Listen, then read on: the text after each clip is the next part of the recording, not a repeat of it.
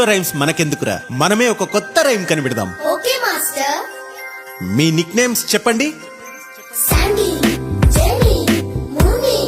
Sandy, Jenny, Moony, Dolly. Sandy, Jenny, Moony, Dolly. Sandy, Sandy, Sandy, Sandy having a candy. He gave a piece to Jenny, another piece to Mooney. There is nothing for Dolly. He had his own dolly.